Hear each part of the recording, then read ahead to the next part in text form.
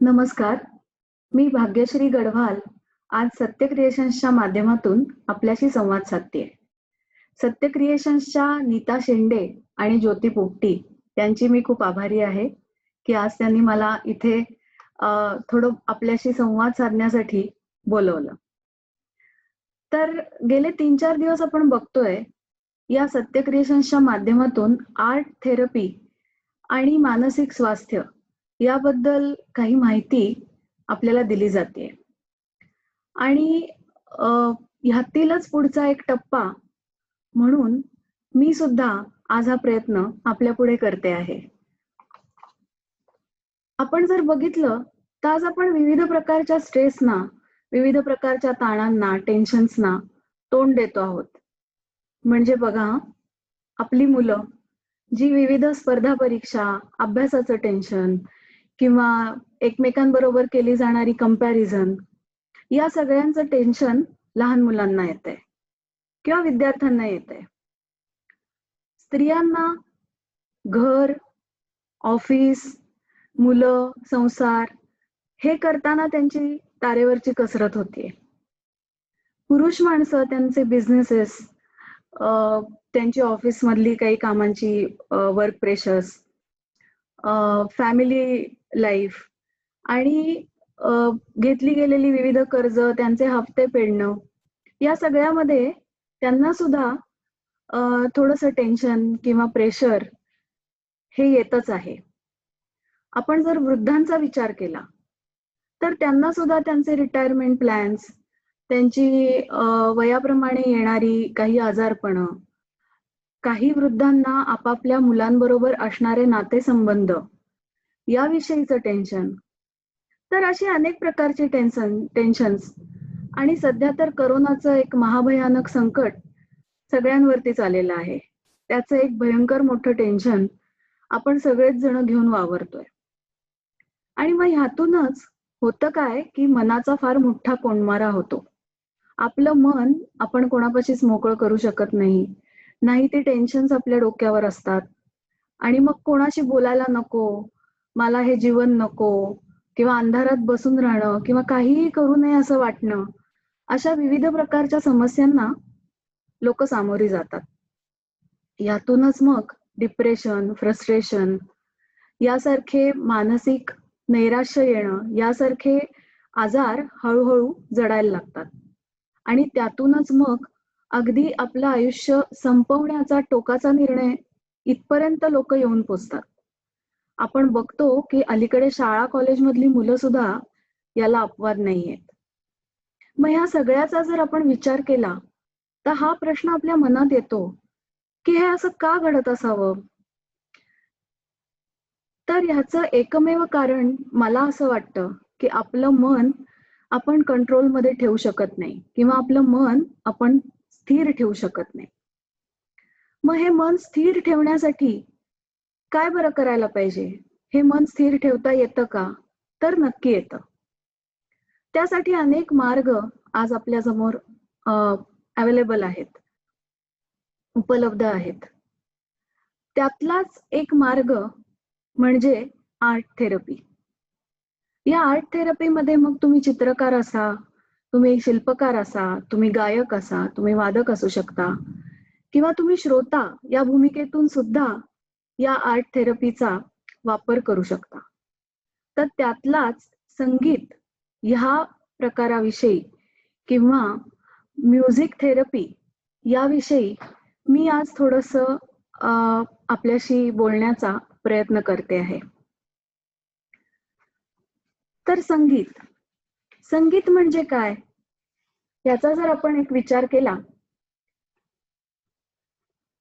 तर अगदी सोप्या भाषेत जर सांगायचं म्हटलं तर स्वरांची किंवा सुरांची गाण्यासाठी किंवा वाजवण्यासाठी केलेली एक सुंदर रचना म्हणजे संगीत, नाद निर्मिती.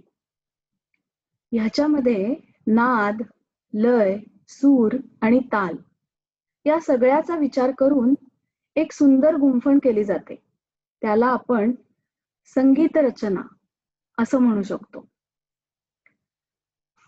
तर या या संगीताच्या अभ्यासकांनी फार पूर्वी या सुरांचे काही विशिष्ट समूह तयार केले. त्यालाच आपण सांगीतिक भाषेमध्ये राग असं म्हणतो. रंजयती इति रागः अशी रागाची सोपी व्याख्या या संगीत अभ्यासकांनी खूप पूर्वी करून ठेवली आहे. रंजयती इति रागः म्हणजे काय? तर जो रंजन करतो तो राग. मग हा रंजन करतो, तर हे रंजन तो कोणाचं करतो? तर हे मनाचं रंजन करतो. म्हणजे बघा हा, की मनाचं जो रंजन करतो तो राग, अशी व्याख्या या अभ्यासकांनी खूप पूर्वी केलेली आहे. मग ही व्याख्या करताना त्यांनी मनाच्या विविध अवस्थांचं अभ्यास केला, की कुठल्या प्रहरामध्ये, रात्रीच्या असू देत, दिवसाच्या असू देत, वेगवेगळ्या ऋतुचक्रामधल्या असू देत, या वेगवेगळ्या गोष्टींमध्ये जर एखादा विशिष्ट स्वरसमूह गायला किंवा वाजवला तर मनाला तो आनंद देऊन जातो, मनाला समाधान देऊन जातो किंवा मन शांत आणि स्थिर करू शकतो. म्हणून त्या त्या प्रहरानुसार किंवा आपल्याकडे 9 रस आहेत, जसं रौद्र रस आहे, शृंगार रस आहे, विरह रस आहे, वीर रस आहे, बीभत्स रस आहे, असे विविध 9 प्रकारचे रस आहेत. तर या विविध रसांवर सुद्धा राग तयार केले गेले आणि ते त्या त्या प्रकारांनी गायले सुद्धा गेले. तर असे हे वेगवेगळे प्रकारचे राग म्हणजेच वेगवेगळ्या प्रकारची मनाला आनंद देणारी अशी ही कॉम्बिनेशन्स तयार केली गेली आणि जवळजवळ 6400 प्रकारचे राग आपल्या भारतीय संगीत अभ्यासकांनी तयार केले. त्या काळामध्ये त्याचा खूप प्रभावीपणे वापर देखील केला गेला. आपल्या सगळ्यांनाच तानसेन माहिती आहेत, मिया तानसेन किंवा सूरदास, हरिदास, अगदी अलीकडच्या काळातले बघितले तर पंडित भीमसेन जोशी किंवा उस्ताद रशीद खान साहेब यांना देखील आपण सुपरिचित आहोत. तर या तानसेनबद्दल असं सांगितलं जातं किंवा आपण सगळ्यांनीच या कथा ऐकल्या पण असतील, की मिया तानसेन मल्हार राग गायचे आणि पाऊस पडायला सुरुवात व्हायचा किंवा ते दीपक राग गायचे आणि दिवे उजळायचे. तर खरोखर म्युझिकमध्ये किंवा संगीतामध्ये ही जादू, ही पॉवर आहे का?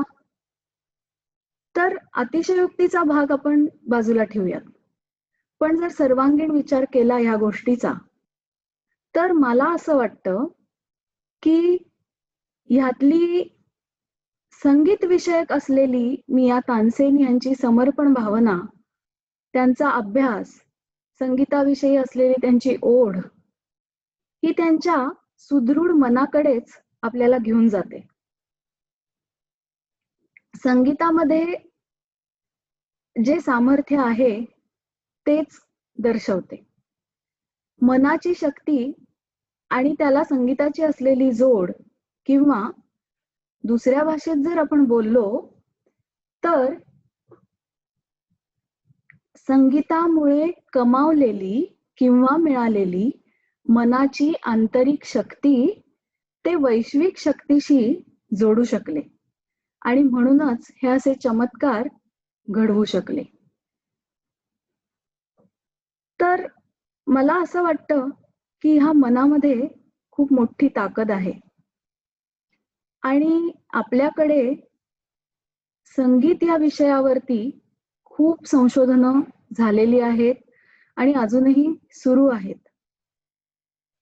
तर गर्भसंस्कार हे त्यातलंच एक उत्तम उदाहरण आहे.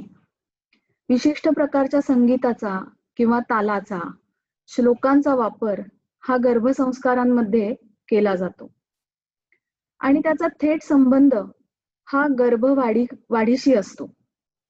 आपल्यातल्या अनेकांनी कदाचित या गोष्टीचा अनुभव देखील घेतलेला असेल. तर आता हे संशोधनाने सिद्ध झालेलं आहे की संगीताचा वापर कुठे कुठे आणि कसा कसा केला जातो. आपण अगदी लहान वयात असताना तुम्हाला आठवत असेल, की आपल्याला विविध प्रकारचे श्लोक, स्तोत्र ही शिकवली गेली होती. जसं रामरक्षा, अथर्वशीर्ष असेल किंवा हनुमान स्तोत्र असेल. तर ह्या सगळ्याला एक विशिष्ट प्रकारची चाल ही लावलेली असायची. तुम्हाला आठवत असेल, समर्थ रामदास स्वामींनी लिहिलेलं मनाच्या श्लोकाचं पुस्तक हे आपल्या सगळ्यांकडेच तेव्हा होतं. आणि ह्याच्यामध्ये मनाच्या वेगवेगळ्या अवस्थांविषयी, मनाविषयी, मनाच्या सामर्थ्याविषयी रामदास स्वामींनी खूप चांगलं भाष्य केलेलं आहे. आणि हे सगळं आपण लहानपणी पाठ केलेलं आहे.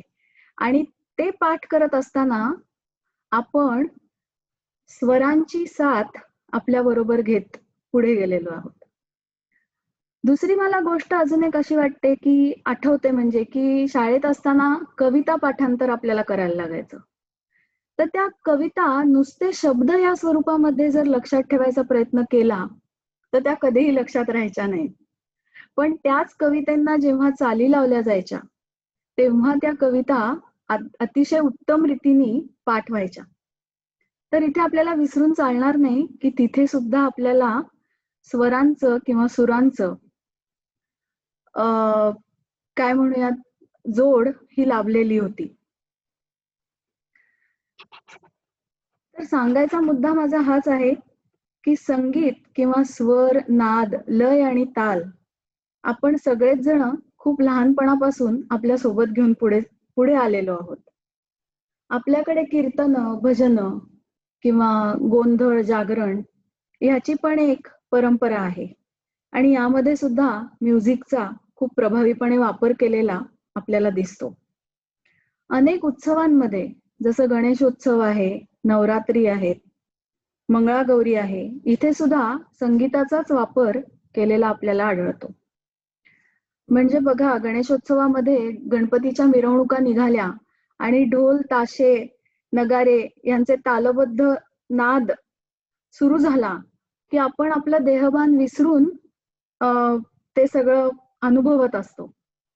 तसंच नवरात्रीमध्ये सुद्धा गरबा खेळताना ते जे म्युझिक आहे किंवा ते जे संगीत आहे, ते आपल्या सगळ्यांना नृत्याचे ठेके किंवा ताल धरायला किंबहुना नाचायला शिकवतं.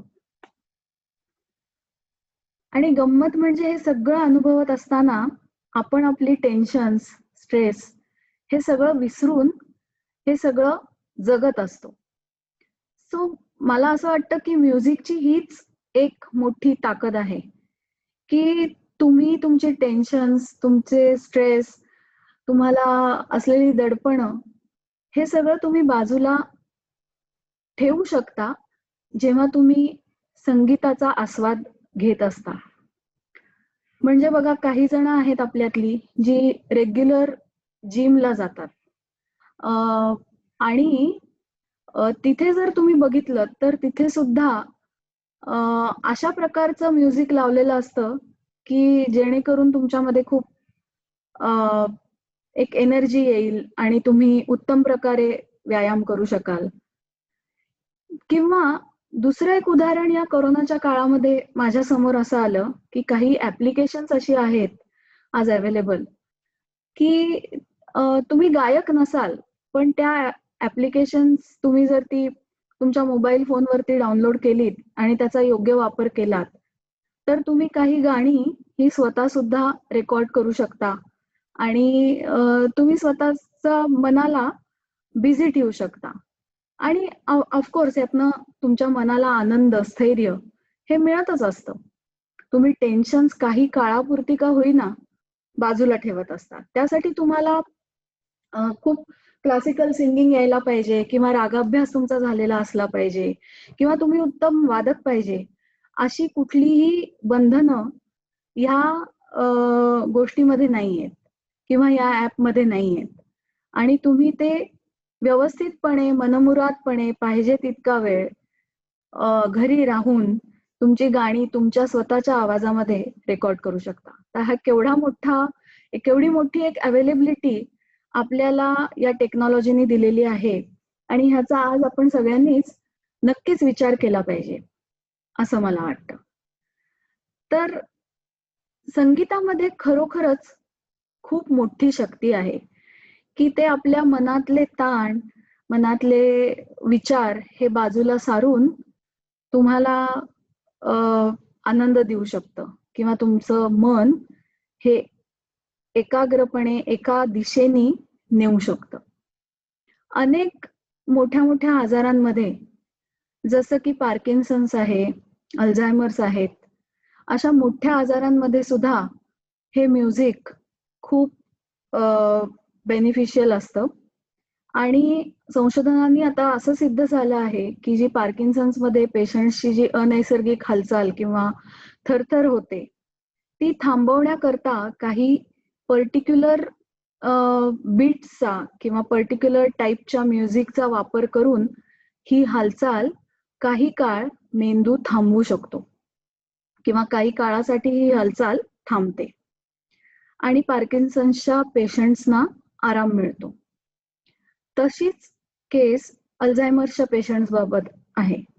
अल्झायमर्सच्या पेशंट्सच्या बाबतीमध्ये सुद्धा काही विशिष्ट प्रकारची म्युझिक वापरून अल्झायमर्समुळे होणारी शरीराची हानी किंवा मेंदूची हानी ही भरून काढण्यासाठी म्हणून सुद्धा या म्युझिक थेरपीचा वापर केला जातो.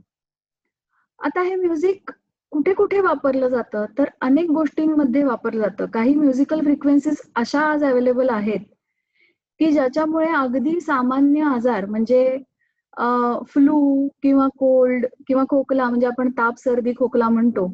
यासारख्या आजारांमधनं रिलीफ मिळण्याकरता सुद्धा या म्युझिक थेरपीचा उपयोग हा केला जातो किंवा या म्युझिकल फ्रिक्वेन्सीजचा वापर हा केला जातो. तिथपासून ते डिलिव्हरी पेन्स कमी करण्याकरता किंवा कॅन्सर पेशंट्सचे जे पेन्स आहेत ते कमी करण्याकरता म्हणून काही पर्टिक्युलर म्युझिकल फ्रिक्वेन्सीजचा वापर देखील आजकाल अनेक हॉस्पिटल्समध्ये केला जातो. तर हे संशोधनाने सिद्ध झालेलं आहे, की म्युझिकमध्ये खरोखर इतकी पॉवर आहे, की म्हणजे तुम्हाला सांगते, की न्यूरोलॉजिकल काही आजार असतील, तर सेल रिजनरेशन यासाठी सुद्धा किंवा काही प्रकारचे हिलिंग्ज आहेत. म्हणजे काही लोकांना मेंटल ट्रॉमा असतो किंवा फिजिकल ट्रॉमा असतो. काही जखमा असतात ज्या भरून येत नसतात. तर ह्या सगळ्यासाठी, या सगळ्याच्या हिलिंग प्रोसेससाठी किंवा ती हिलिंग प्रोसेस फास्ट करण्यासाठी म्हणून या म्युझिकल फ्रिक्वेन्सीजचा वापर हा प्रभावीपणे आजकाल केला जातो. ह्यालाच म्युझिकल थेरपी असं एक दुसरं नाव आहे. आणि नुसतंच एवढं नाही, अनेक प्रकारे म्हणजे लहान मुलांच्या वाढीमध्ये, की काही मुलांना लँग्वेज डेव्हलपमेंट पटकन होत नाही. तर अशा अशा मुलांमध्ये स्पीच थेरपी म्हणून या म्युझिकल फ्रिक्वेन्सीजचा वापर केला जातो किंवा इम्युनिटी बूस्ट करण्यासाठी म्हणून देखील या म्युझिकल फ्रिक्वेन्सीजचा वापर हा केला गेलेला आहे. हे झालं सगळं मानसिक किंवा शारीरिक डेव्हलपमेंटसाठी किंवा स्थैर्यासाठी म्युझिकल फ्रिक्वेन्सीजचा वापर आजकाल कशा पद्धतीने होतोय. पण तुम्हाला ऐकून गंमत वाटेल, की एखादा माणूस असेल ज्याला बागकाम आवडत असेल. म्युझिकशी त्याचा फारसा संबंध नाहीये. त्याचं मन हे त्या बागकामात रमतंय. तर त्या माणसांसाठी सुद्धा किंवा किंबहुना झाडांच्या वाढीसाठी सुद्धा या म्युझिकल फ्रिक्वेन्सीजचा वापर आजकाल केला जातो. तर आहे की नाही खरोखर गंमत या म्युझिकल फ्रिक्वेन्सीजमध्ये किंवा म्युझिकल थेरपीमध्ये? तर संगीताचा जर एकूण आवाका तुम्ही लक्षात घेतलात तर हा खूप मोठा आहे. मग म्युझिक कुठे नाही? तर म्युझिक मी म्हणेन सगळीकडे आहे. म्युझिक हे सर्वदूर पसरलेलं आहे. आपल्या आजूबाजूला सगळीकडे हे म्युझिक आहे किंवा संगीत आहे. नाद आहेत, ताल आहेत, लयी आहेत. फक्त ह्याच्याकडे आपण सगळ्यांनी खूप डोळसपणे बघण्याची गरज आहे आणि समजण्याची गरज आहे.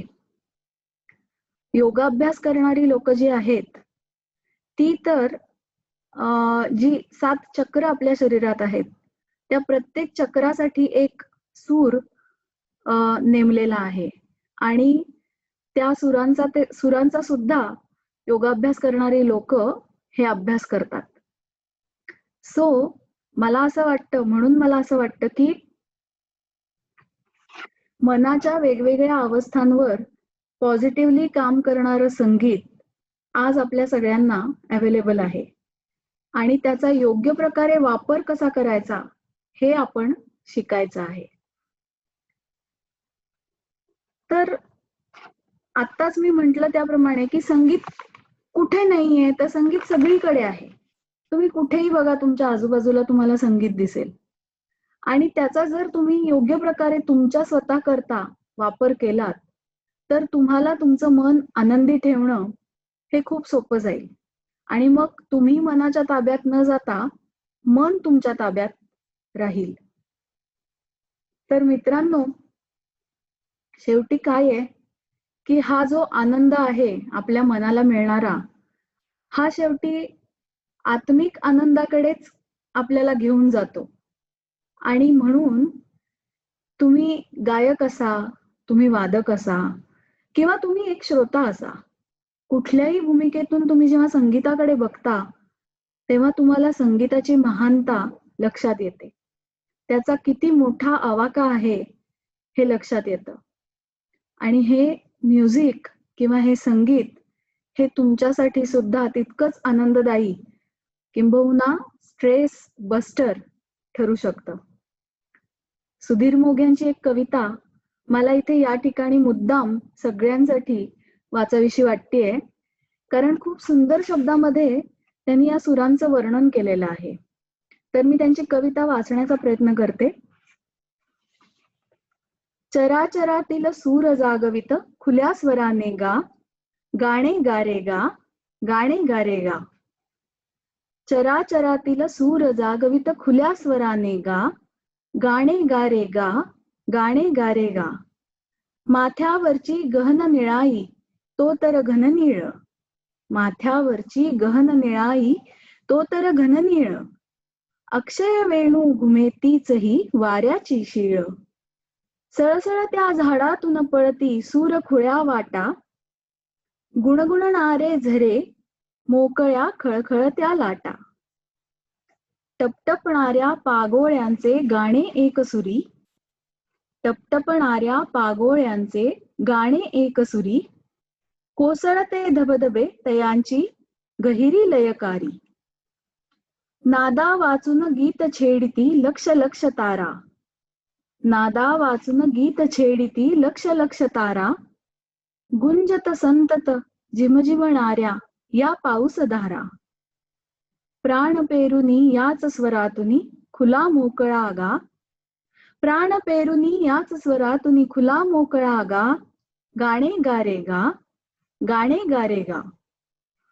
वसंतातली आतुर व्याकुळ ती पंचमतान, वसंतातली आतुर व्याकुळ ती पंचमतान. पाऊस काळातील मोरांच्या केका बेभान. पहाट फुटता जागवणारी निर्भय ललकारी. सुरेल कुजबुज गोजिरवाणी फांद्या फांद्यावरी. ओढ्या काठी चिखलामधले खर्जातले गाणे, ओढ्या काठी चिखलामधले खर्जातील गाणे. कडे कपारीतील मत्त पारवे धुंद फुंद जगणे. सळसळ वस्त्रांची, सळसळ वस्त्रांची तयांची गीते निशब्द, सळसळ वस्त्रांची तयांची गीते निशब्द. किणकिणती कंकणे घालिती हलकीशी साद. तुझ्याच साठी नाद सर्व, तुझ्याच साठी नाद सर्व तू त्यांच्यासाठी गा. गाणे गा रे गा, गाणे गा रे गा. वेड्या हा उत्सव जगण्याचा, वेड्या हा उत्सव जगण्याचा, ही मैफल गाण्याची. स्वरातुनी उमलुनी स्वरातच विरून जाण्याची. रंग रूप गंध रस यातून एक सूर वाहे, रंग रूप रस गंध यातून एक सूर वाहे. रसमय गंधित स्वरा स्वराला रंगरूप आहे. म्हणत कोणी या जगण्याला नश्वर वा खोटे. म्हणत कोणी या जगण्याला नश्वर वा खोटे. सूर भावला ज्याला त्याला परब्रह्म भेटे. असोत कितीही खेद खंतिवा शल्यांचे पूर. असोत कितीही खेद खंतिवा शल्यांचे पूर. त्या सर्वांचे सार्थक एकच, निखळ मुक्त सूर. आसवातुनी तो सूर भिजवुनी स्वरात ओल्या गा. आसवातुनी तो सूर भिजवुनी स्वरात ओल्या गा. गाणे गारे गा, गाणे गारे गा. चराचरातील सूर जागवित खुल्या स्वराने गा. गाणे गारे गा, गाणे गारे गा. धन्यवाद.